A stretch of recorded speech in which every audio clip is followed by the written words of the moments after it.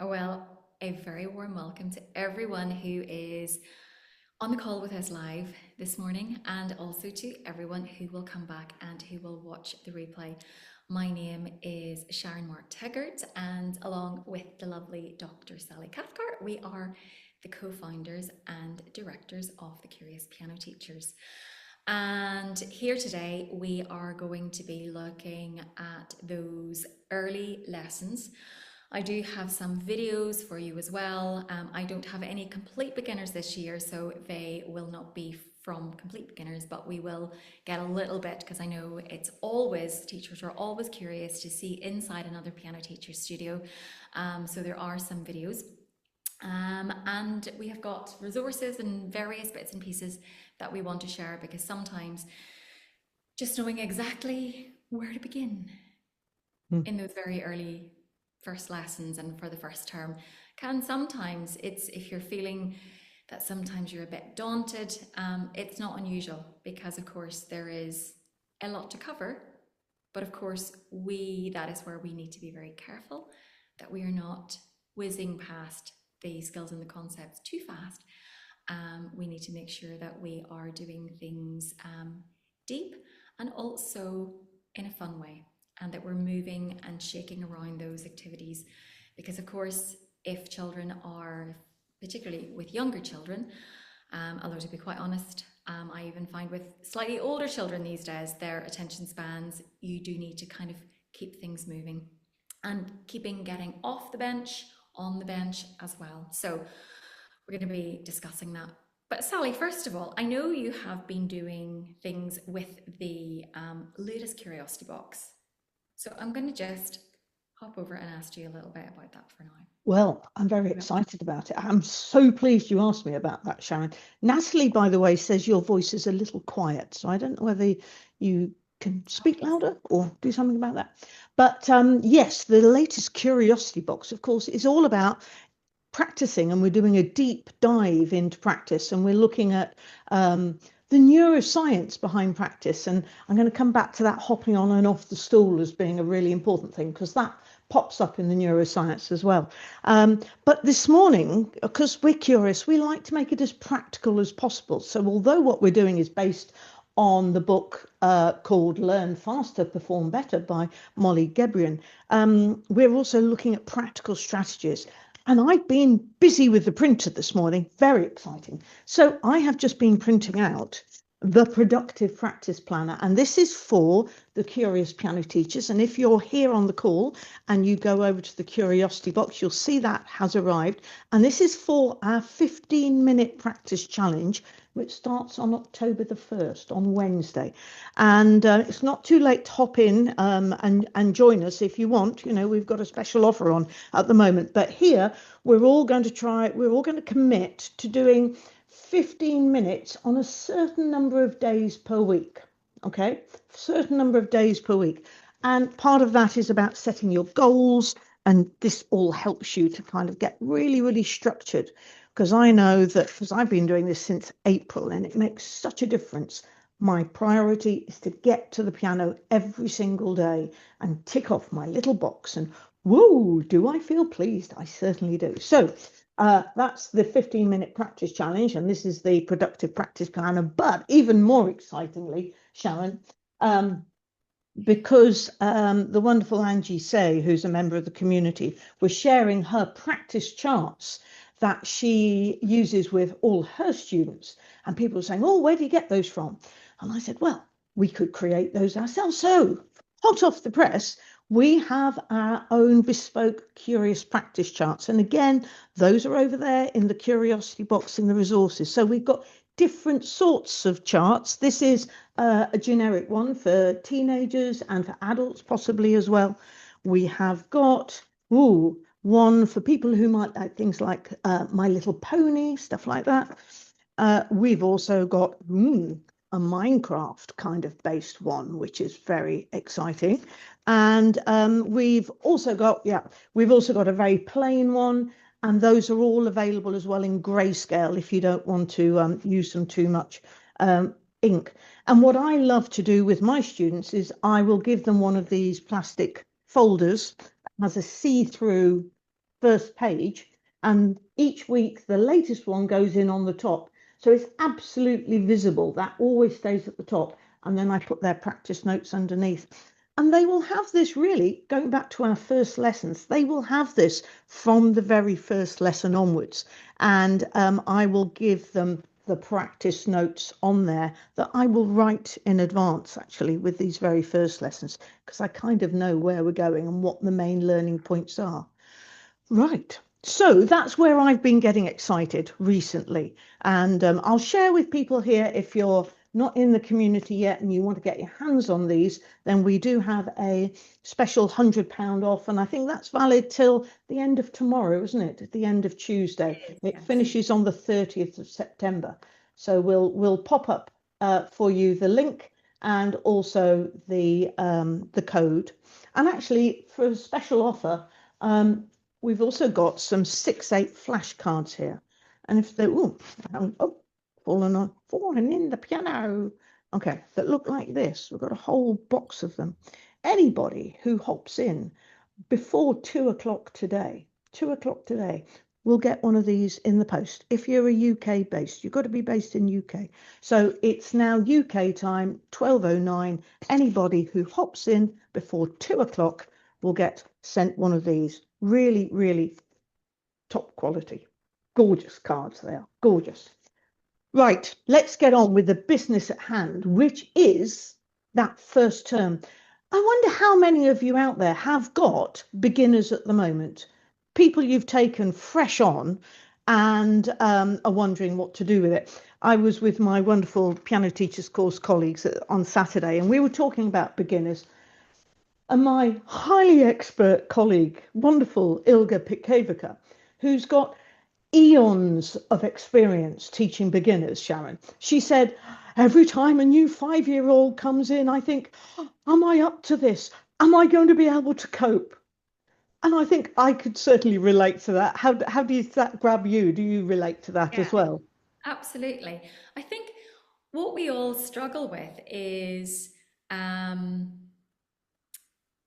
we're aware, certainly if they're as young as that, it's it's the knowledge, the pedagogical awareness that we do need to take things slower than we think, I think is the first thing I'll say. And certainly a lot slower than most tutor books go. Um, and there is, I mean, I'm sure that many on this call, in fact, I know that many on this call will be familiar with Sally's a fantastic book, Ready to Play. Off we go, the number one. If you are new to this, then this is something that I highly recommend. I'm going to be linking to it with regards to one of the videos later on the webinar. But again, this is getting them singing, and it can be one of those things that if you were like me, you used to not like to have to sing in lessons, and certainly unaccompanied as well. But this is giving our students the most amazing musical backdrop. And with the two students that you'll see in a moment in a video, this is where there has been, one of them is my son, Ruel, and lots of things become a lot easier. And we're going to be talking about things like technique and where the freedom comes because the sounds are already there, because we're getting them to sing in early lessons. So yeah, there is so much going on. We need to make sure that we're not doing way too much and that we're not tempted to keep rushing through and that we're getting this lovely broad base. And it's really important, isn't it, that we develop that. Well, we spend the first term assessing where their musicianship is, because the musician has to be there before you can actually start really developing that pianist and the pianistic skills. What do they do? So I think for me in the first term, and I'd love to hear your thoughts on this, Sharon, you know, starting with the comparatives, higher, lower, louder, quieter, faster, slower. And that's one of the first areas I think that I would start to explore on the piano. Some kids, of course, have that instantly, and it depends on background, it depends what's going on at home, it depends what's going on at school. If you're really lucky, I think it is, tends to be, if you're really lucky these days. They're at a school where music is taught really very well as a subject. And if you're very lucky, they've already got a Kadai approach or something similar. Really, they're integrated. And then maybe some of the stuff that we're going to be suggesting right now, you can actually really whiz through and get them onto the piano much, much quicker. So it's not one approach for everybody. You know, just to give a little example before we come back to the comparatives with pulse, you know, being able to keep that steady pulse is a really integral part of learning to be a musician, isn't it? Um, Now you'll find that some children are able to keep a pulse when you model it, you know, so that one of the songs, for example, is cobbler, cobbler, mend my shoe, get it done. So you're pretending to be a cobbler. Yes, you have to explain these days what a cobbler is, and they have a hammer. But you'll find that some children naturally will do that. Other children will naturally do cobbler, cobbler, mend my shoe. That's not a mistake. That's their natural inclination to do that, whilst the other one has that natural inclination to keep that pulse. So, you know, you've got to be able by the end of that first term to assess where they are on that being able to keep a steady pulse. Are they able to keep it independently of you, the teacher? Um, do they need you to model it? And then they'll be able to copy you. So that's kind of the second level. Or the third level down is maybe where they copy you, but they go in and out of the pulse quite intermittently. Yeah. So they might be doing cobbler, cobbler, mend my shoe, get it done by 2:30, half past, you know, and they're just still working towards just actually copying you. Sharon, any thoughts on that? Yeah, yeah, absolutely. I mean, one of the strategies that I will use um, is to to actually do it, let's say a phrase, and even if they're kind of really struggling, get them to simply say, is it the same or different? Mm, Cobbler, cobbler, mend my shoe. That's time one. What about time two? Same or different? Cobbler, cobbler, mend my shoe. Or you could have done the whole rhythm. And very pointed questions as well. You know, so it could be cobbler, cobbler, mend my shoe. How many taps of the hammer did I have? So that kind of really focuses. And then if they're not so sure, you're getting them to do it again. It is this thing about constantly setting them up for success mm, mm, and stepping back whenever it's not going right and going, okay, so where's their brain? What are they not getting? And peeling back. I always talk about peeling back like, um, layers of an orange, like you're peeling back to see, to get them to the point where they're going, oh, yeah. And and again, watching their body language, you will know whether they're with you or whether they're clearly starting to get very anxious. mm, And within those early lessons, aiming to keep the anxiety to a minimum. There's going to be a natural amount of anxiety, but we can keep it to a minimum where we're listening to them and being aware of what they're getting, what they're not getting. And I think then that's the skill in teaching, is when we're going, they're confused, but it's, where do I go next? Where do I take this back to? mm. What question do I ask where they are feeling, yes, yes, okay, I've got that right. I could count that there were four. Um, and the other thing I love doing in early lessons as well, with relating to rhythm, is getting them to go around the room, and then I give them typically a homework task where they're saying chair.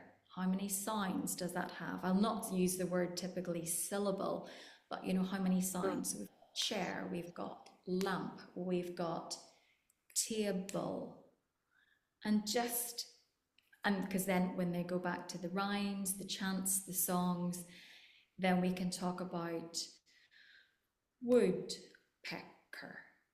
How many sounds do we have there? Mm, And it seems a really simple thing sometimes. I mean, I do teaching a beginner now. I am shocked at how many concepts I let out on the floor in lesson one 20 years ago with my students. And where it's quite obvious that they were going to be confused. So Mm. Yeah, and this, I just love everything that you've just said there. I want to pick up on so many things, but I think this idea as well of making it as playful, entering their world, helping them to be curious. You know, the question you've just asked, you know, how many sounds? I wonder how many sounds there are that you've just heard. And that idea of same and different is so fundamental, isn't it? Because that's helping them to listen and to recognize that this is the same or that is different to that. And it's that learning to compare, and we have to spend time doing that with them. We really do, on the whole. And again, we're talking very broadly here. You know, there's not one approach for everybody. But now I know you've got some videos to show us, and let's get on to that because that's really the fun thing to watch, teaching going on. So, what are you going to start with, Sharon? okay, so I'm going to start with, you are going to see a student of mine. She's not an absolute beginner. This is her coming back for her second year.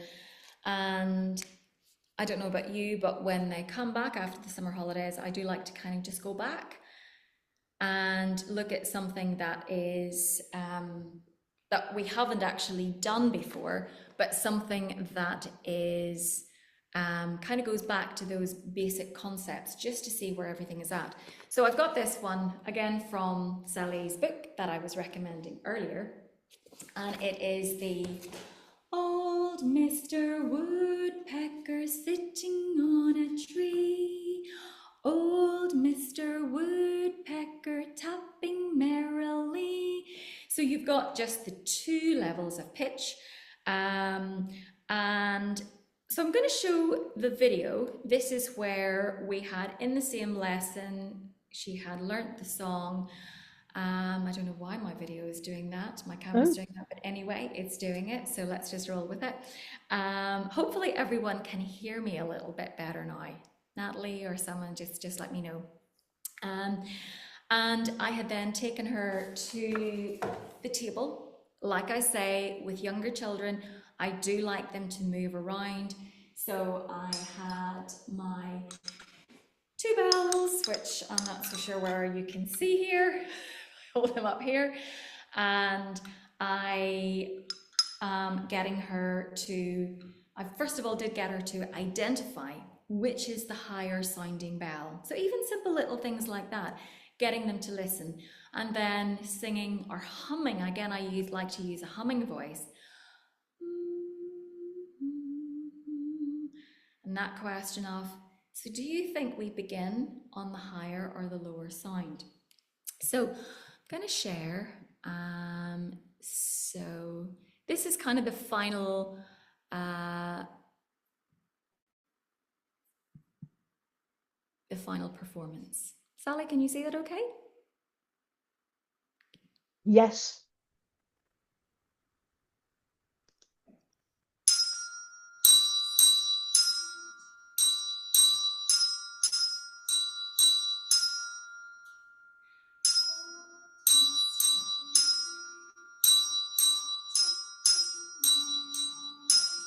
Let's do one. Oh, I forgot about that. Let's do it one more time. Can you sing it as well? Off you go.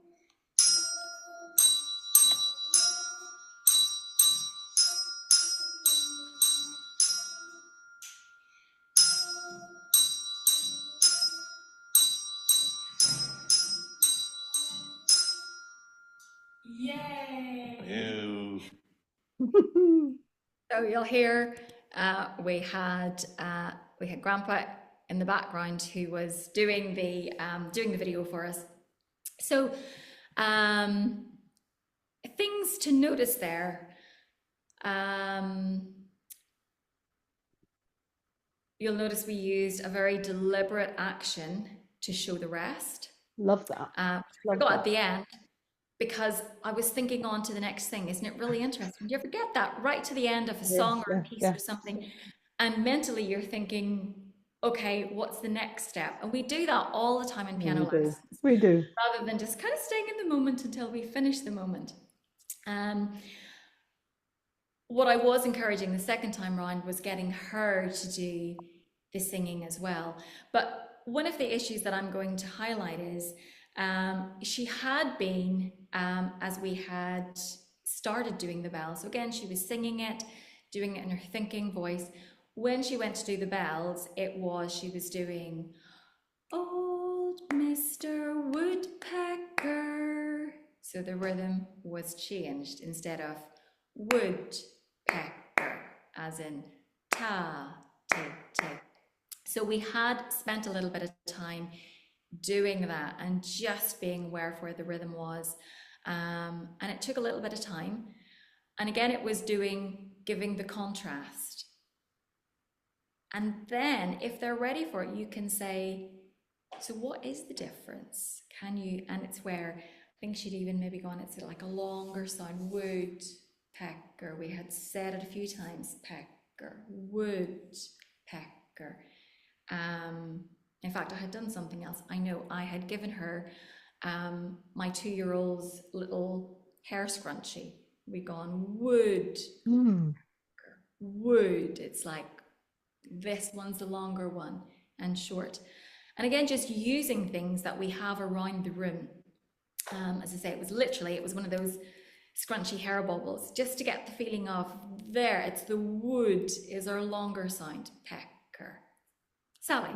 No, I love the idea of the scrunchy because I was thinking this is a perfect opportunity, and there she was off the piano stool, away from the piano, because the piano can be a bit magnetic sometimes, so that it dominates. But actually, for these musicianship stuff, you can come really away from the piano, and we know that that actually gives the brain a chance to make the connections that it needs. Yeah, so it starts to make the connection when you're doing an activity, go away for a moment, and then come back. And in that time, it's gone and it's consolidated. It is quite amazing. But I was also thinking, I don't know whether you did this, but to have, my favorite floor spots or heartbeats on the floor, and you walk to it. You walk the beat with your feet. Old Mr. Woodpecker, and then you clap with it as well. I mean, there are 100 ways, aren't there, that you can do this. And in the moment as we teach, we come up with the best solution in that moment. And then I suspect you went away and thought, oh, what can I do next time to help consolidate that? Because again, that's part of what we have to do when we're working with younger children.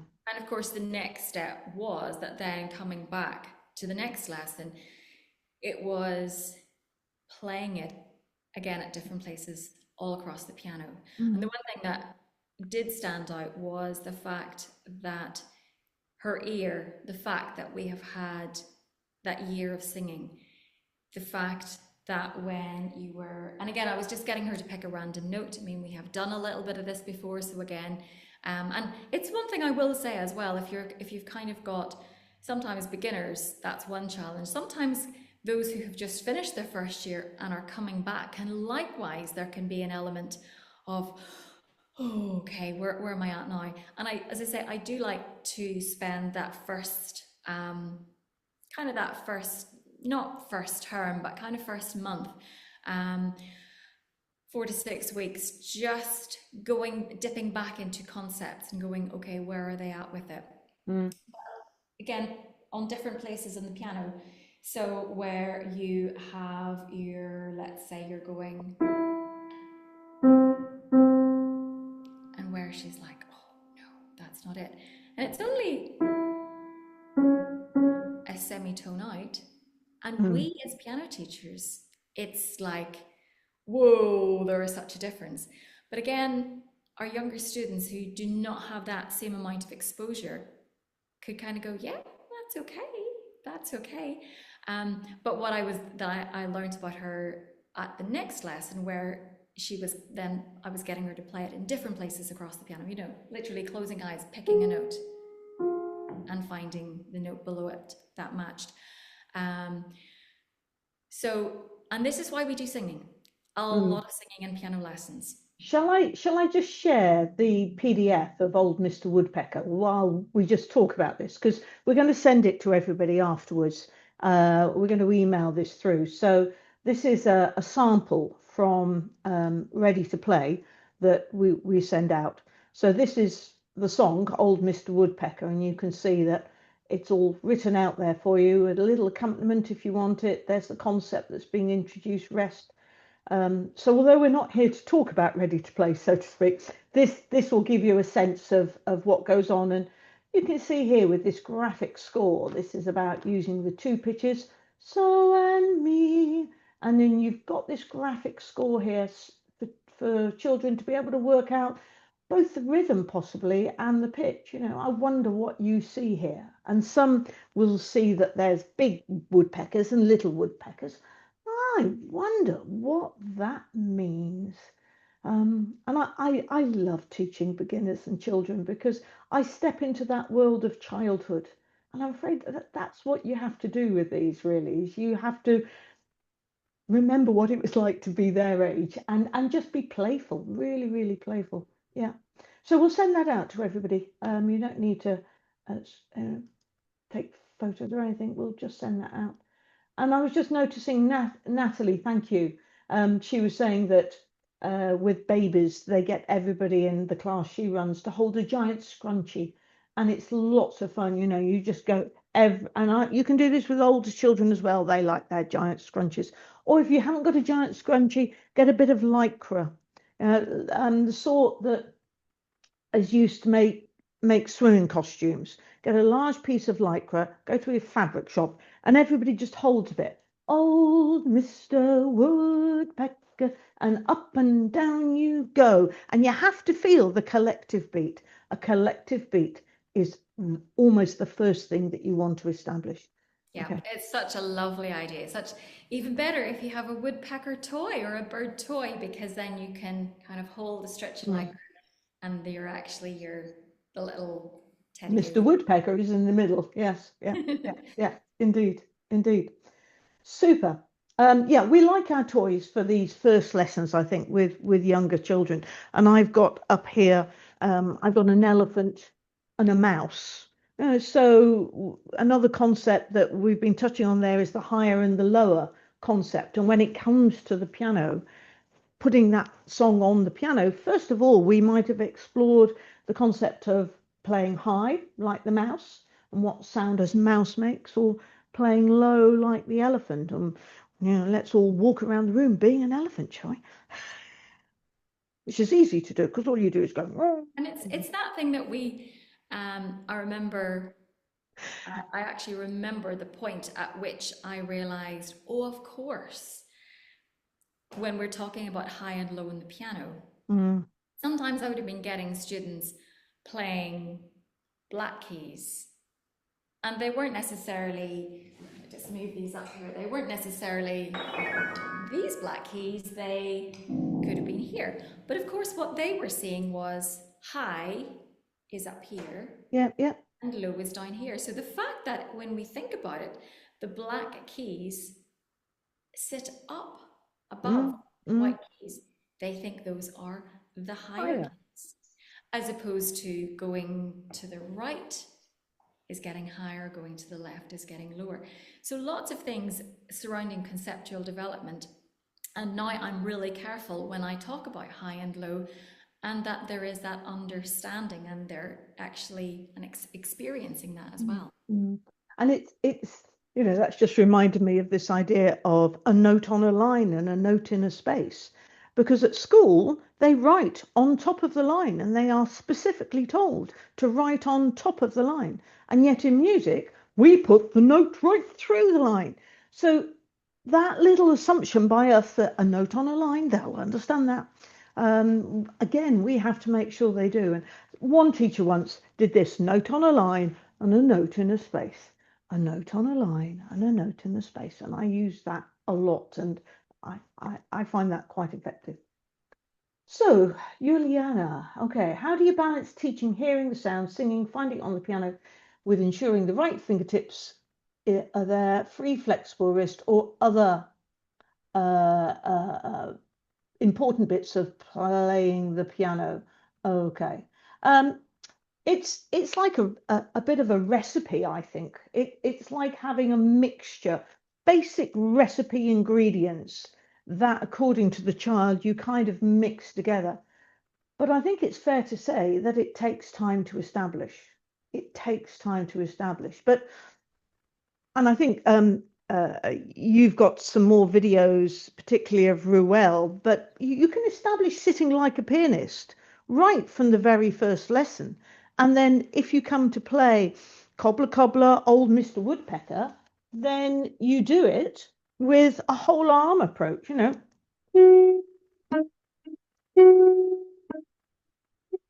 There's nothing. And that's exactly where I was going with this, because Go on again, then. for this student, and this is what I was getting her to do. So of course you can get a student, you know, to be playing. Um, again, I'm not so sure why Try this going down a bit. that you're able to see this. Yeah, But again, no. no, it's not going to want to do that. But where, and I'm You just show us on your arm, maybe. right, yeah. Okay, so where you're going, do, do, do, do. Okay, so again, you can be encouraging that flexibility, but exactly the way Sally was playing it, which is again coordinating Mm, both hands. So mm. the lower note is the left hand, the higher note, and da, da, da, da, da. And that coordination, as you kind of know as music gets up, that going between the hands and coordinating between the hands, um, is another, it's another Another skill, isn't it? pianistic skill. It's that It's thing yeah, of being yeah, able to not have a gap between yeah, yeah, and now it's the left hand. It's getting that flow as if you're playing it with one hand, but dividing it between the two. I mean, and when they get and they want something for fun, could that kind of cross over? Now that's yeah. really quite hard because And all that appears in the piano framework, of course, for beginners. You know, I think it's an element, beginner two probably, that passing a melody between the hands with the rhythmical accuracy. The other thing they can do, and you don't worry too much. You know, some of them will just do this, and some of them will, you know, with really, really straight, stiff fingers. Just encourage at this point, model yourself, yeah, model. Do not be afraid to sit at that piano and model for yourself. um, if that goes on too much, or with with a chart like cobbler cobbler mend my shoe, no pitch, just get them to use soft fists. So I quite like this: cobbler cobbler mend my shoe, get it done by 2:30. And we're using the whole arm again.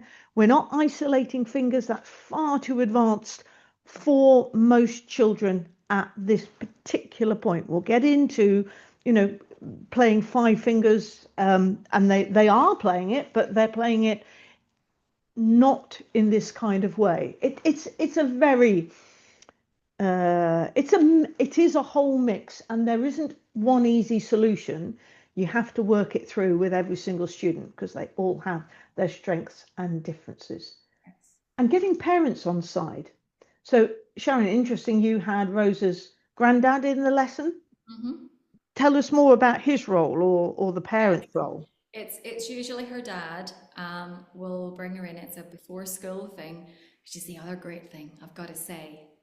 Kids first thing in the morning are usually quite lively. So yeah, that works really well. But and again, and I've said this in another webinar recently, where what I then am doing is I'm using my phone and WhatsApp to send little snapshot videos through off again the end product where it needs to be, and highlighting any little practice things.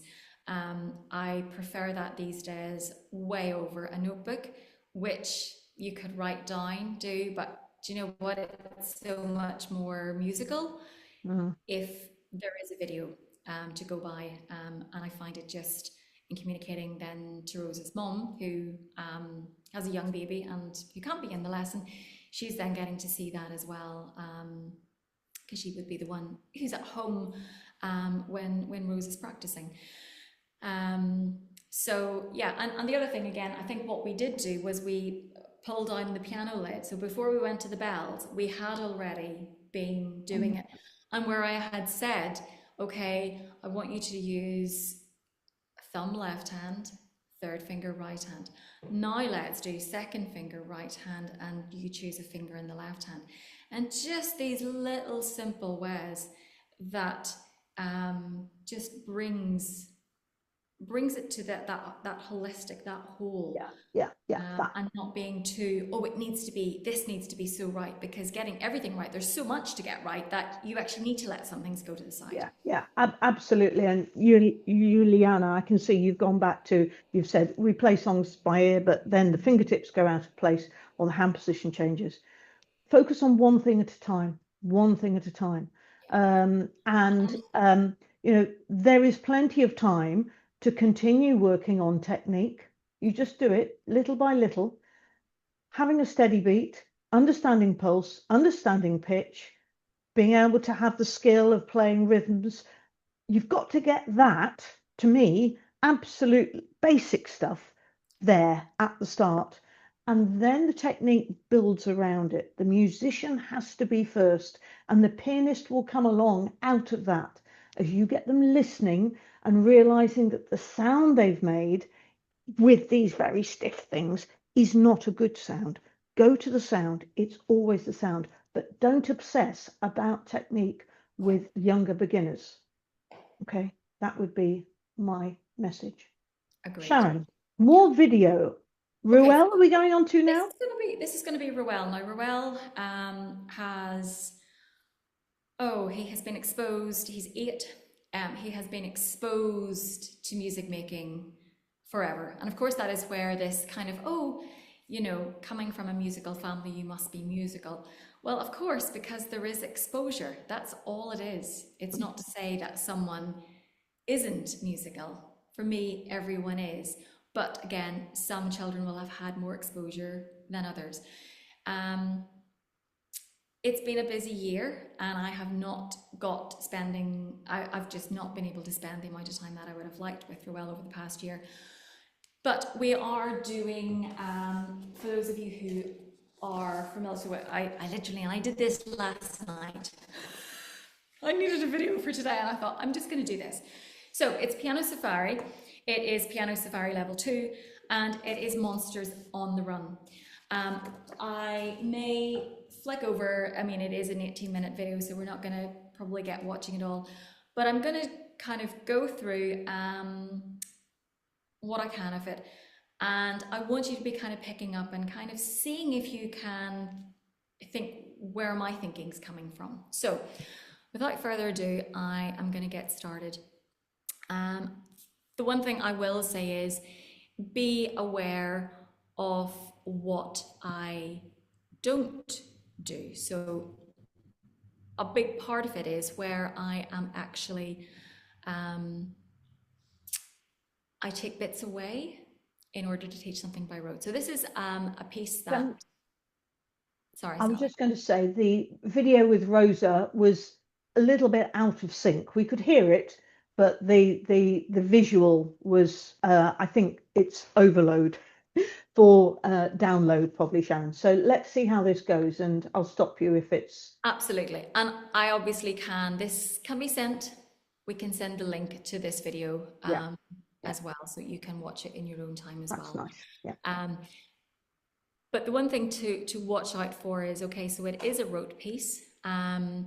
And rote pieces again mean that they are listening a lot, they are watching, they are needing to be observant. So here we go.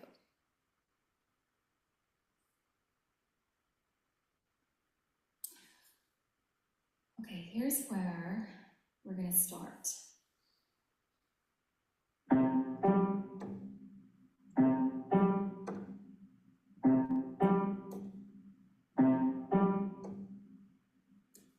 Now, tell me, what was I doing there?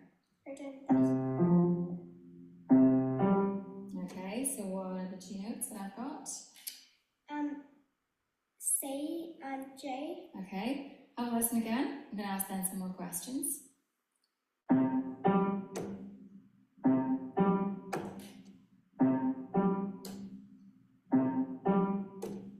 Okay, next question. When I was playing the piano, which hand was I using? You were using both, I think, but left. Just left hand? Yeah, just left. Okay. And what two notes was I playing on the left hand? C and J. How am I playing the C and the G? Hoppy. Okay, nice hoppy sounds. Okay. What's my right hand doing? It's doing and tapping. Ah, yes, and which two fingers? You actually did exactly the two fingers that I tap with, which are fingers number 1 and 2, or wait, 2 and 3. 2 and 3. So, what fingers am I using in my left hand? 1 and 5. In that order? Yes. Which finger is this? 1. Is that 5? 5. And then 1. And 1, yes. So,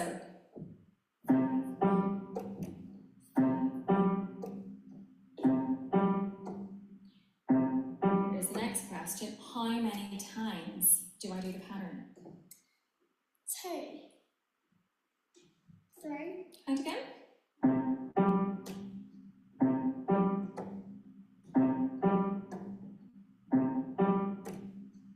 4. 4 times. Okay. You ready to copy the pattern? So sitting up nice and tall.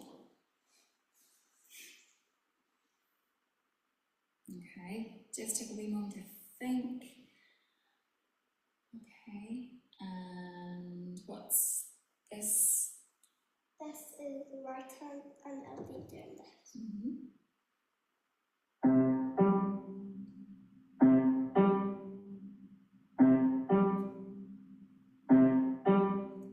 Nice. Can I actually hear? Let's just move this out of the way. Can I actually hear this?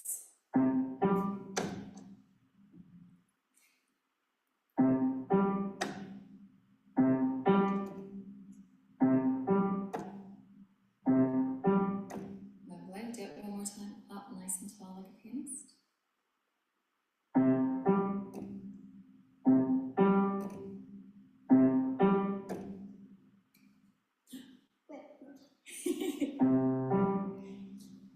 Okay.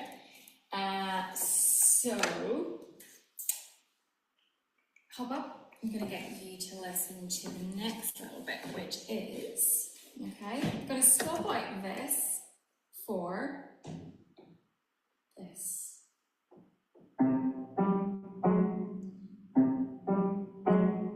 You got it? Got it, and you played it 2 times, so. I did do it 2 times, yeah. Right, nice and tall like a pianist, and do it one more time.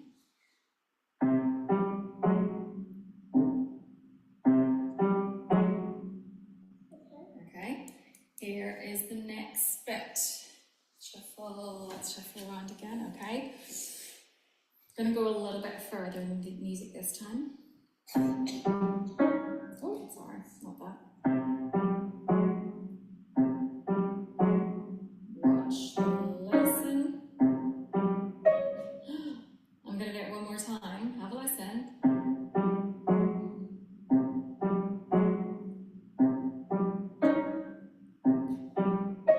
You got it?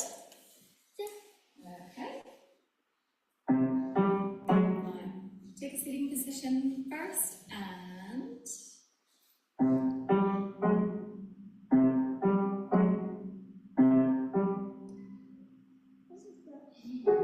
watch one more time. Okay.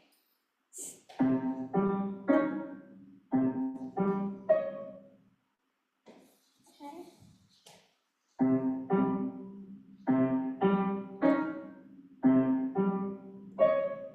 Can you put it together now?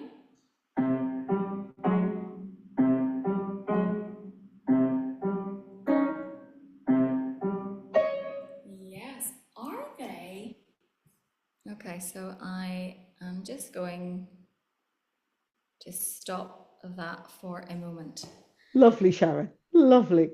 I mean, it is a bit, but we get juddery, but we can see what you're doing and the questions that you're asking, Ruel, to establish that opening. And I love that idea of tapping the piano before you get the rhythm going in the left hand. So you got the coordination. And Got the coordination. So I would love if people can put into, I think there maybe are, yes, there are people putting into the comments, but yeah, just anything that you note. And I'm just going to quickly whiz through the kind of the things I was being aware of. You'll notice again, when you teach a piece by rote, there should be a lot of music making. It's the one time I do kind of wish I had two pianos in the room. yes. Because you are hopping up and down. And I think it is necessary. And I suppose in a sense, if you've got a young child, it keeps them kind of moving, you know, they're not just sat in the one place. But there is a lot of that. I mean, even initially, Ruel's staccato wasn't quite as crisp, but it did get a little, I think it got a little bit better. Probably again, just by kind of listening. And I suppose if we find that, you know, students are, it's kind of always being tuned to that so that we can go, you know, I noticed that has got, did you notice you started by playing and then it got, and he used the word hoppy, so I just let him use the word hoppy because he was kind of, he was there.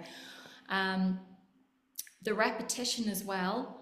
But yes, Sally, as you say, it's those pointed questions. And it's kind of coming back.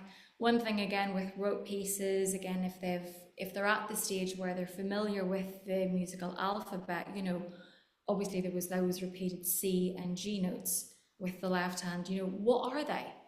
Because when they go home, they need to have said out loud, they need to have spat out that it's a C and it's a G. Yeah, just that is another little kind of nugget of awareness. And it's that's very different to saying, do you know what those two notes are? And they nod, and then you go on. Yeah, it's go that little bit further. Yeah, by asking what the names are. Yu Ting was just asking about whether there are more videos like this because in the Curiosity membership, because they're so very helpful. And the answer is yes. I might show you some in a few minutes, but back over to you, Sharon. Yeah, so I'm just going to go back on again. As I say, I will send the link to this video out. It's about 18 minutes in total, so you kind of get to see the different processes.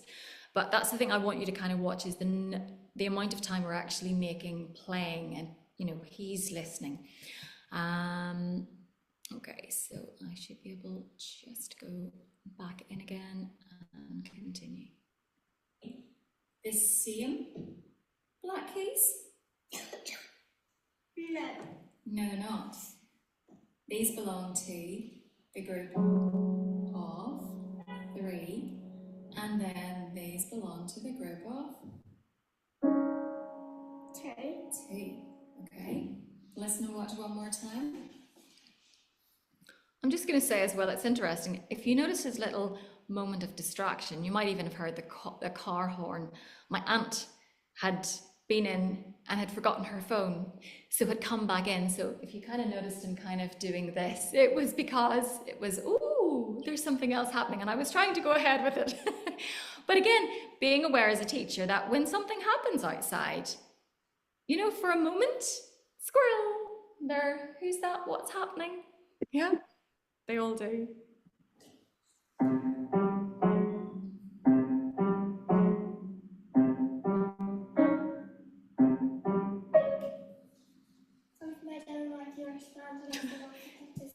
You probably missed that, but he just said, I don't like the way you're standing up. You should have been sitting down there. Love it.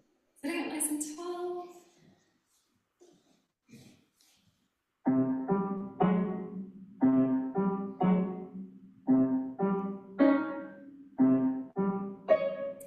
If you were to do one thing better, what might it be? Maybe to make this a wee bit longer. you just stop it there, Sharon? Because you just asked a really important question. Can you just repeat what it was? I asked him about how, I can't You remember. said something like, if you were to, I think you said, if you were to improve one thing there, what would it be? Yes, Yeah. yes, it was. And actually, it clarified because I noticed it was at that point he was still a bit draggy on the staccato bass notes. Mm.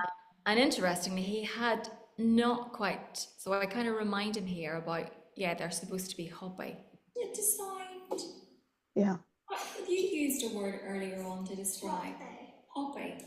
So do you think you want to change the way that sounds? No, actually I'm thinking not. Something I feel like I could do. Okay, so let me demonstrate.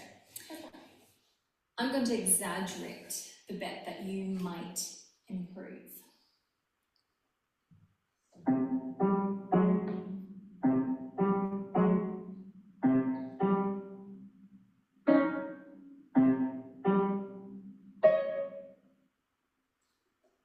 Now, if you were going... So out of interest, I wonder, has anyone picked up what I was actually... And again, it was interesting how you picked up on something that was in my mind, in the sense that the left hand could have been more crisp staccato. But actually, what I was trying to get him to see was that he wasn't ready to play the higher octave black notes, and he was hesitating to teach me what was the issue there. Maybe a wee bit too slow making the moves. A bit slow making the moves, I was. Oh, So that is wonderful precision there. He could be a teacher. demonstrate it. But can you be more ready when you need to move up the keys? Okay. And again, Can you it's yeah. Oh, I was just going to say that here is a wonderful example of Sharon giving feedback rather than advice. So rather than telling him what the problem was, she's got him to work it out. And that is so powerful because that means he's listening, and that means he's understanding what it should sound like. It's the ownership. It's the ownership. Yeah. So you need to make sure that that right hand is ready to move.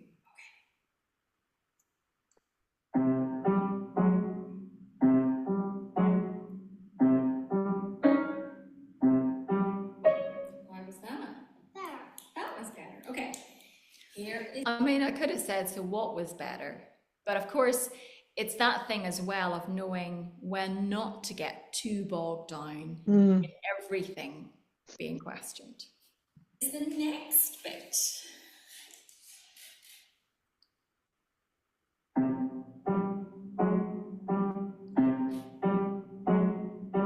What's the extra note? Is it a nice little...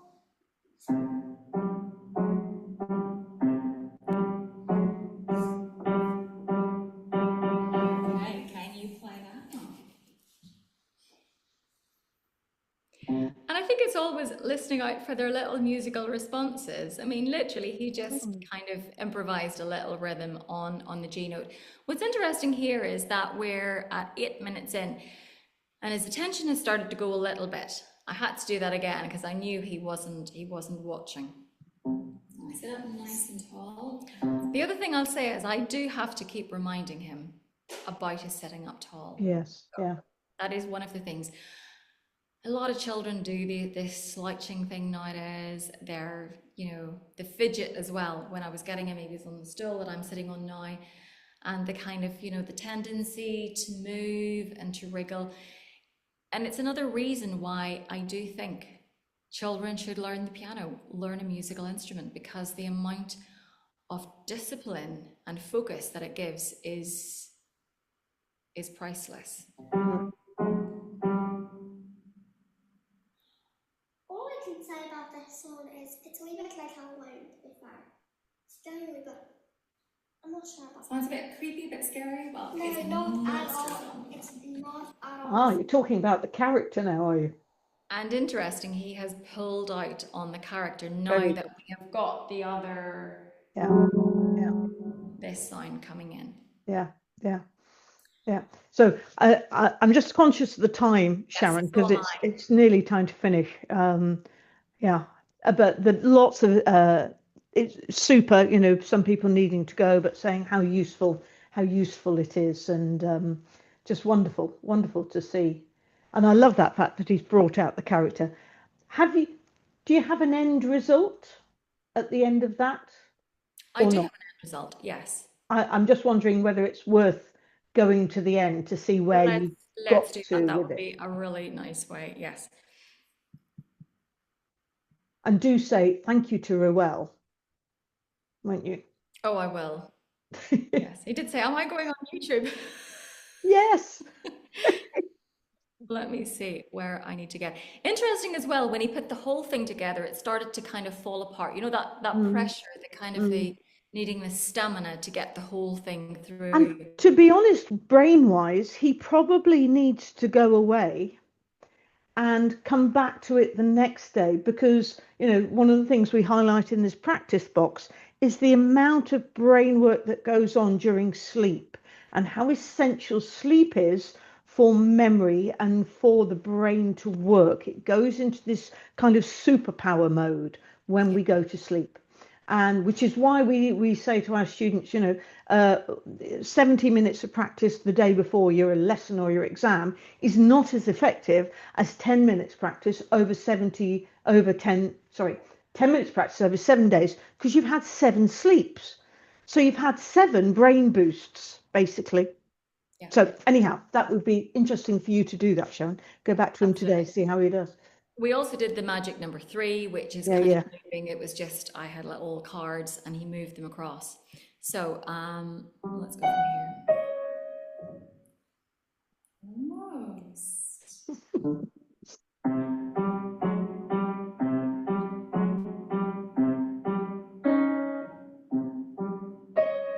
Okay, how about that's number 1? Okay. Okay.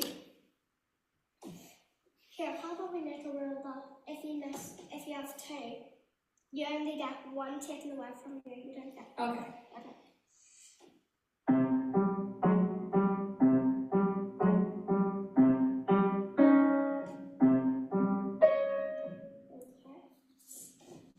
Okay. Up nice and tall again.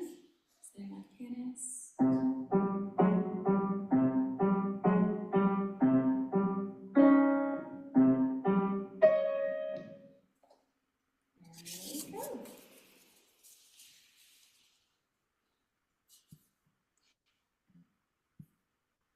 Okay. Super. I'm just quickly writing another little link for people at the moment, Sharon. Oh, he's going to continue to play. Oh, well He's gone back to the beginning. that's what I need to do. There we go. Yeah. Not too Okay. much now. Yeah. So Yuting's just saying she really loves the lesson and the way that you guide the pupil, Sharon, is, and that's really what teaching beginners, I think, is all about, that guidance that we give them. And every path is very different, isn't it, for each and every student. And as a teacher, we have to match that path with them and you know, come and sit with them, literally come guide them through their piano journey. And it's a deep, deep privilege, really. It is. Um, It is, yes.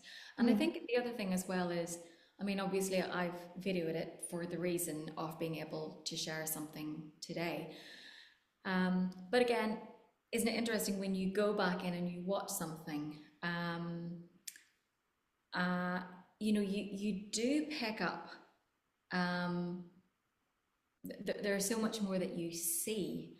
Um, and I was aware actually that I wasn't watching him an awful lot, as in actually him. I'm looking slightly more at the keys. So getting obviously getting parental permission, but recording, and that's literally just an iPhone sitting in the corner there, angled.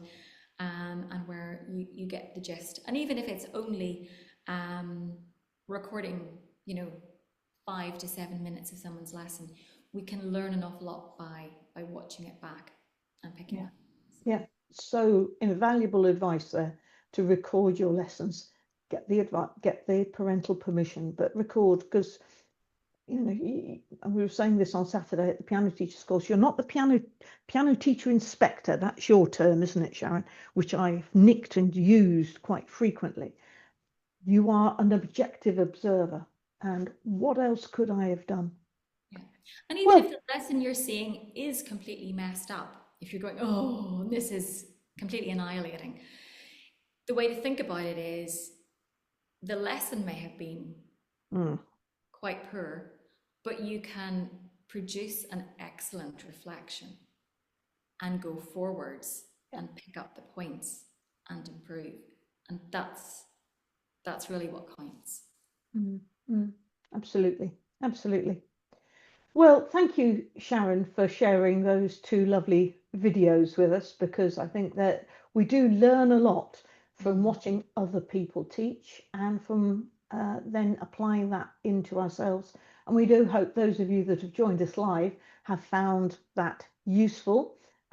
We've put the offer there again. If you're not yet a curious piano teacher, then do come and join us. We've currently got £100 off our yearly membership. You'll get many more videos, lesson videos like that, little snippets.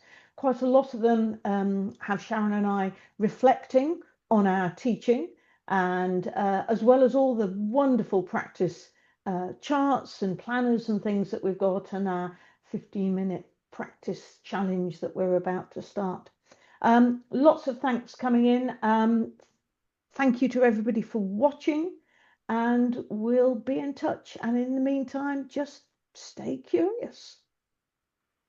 Thank you so much for joining us. Have a lovely week. Bye.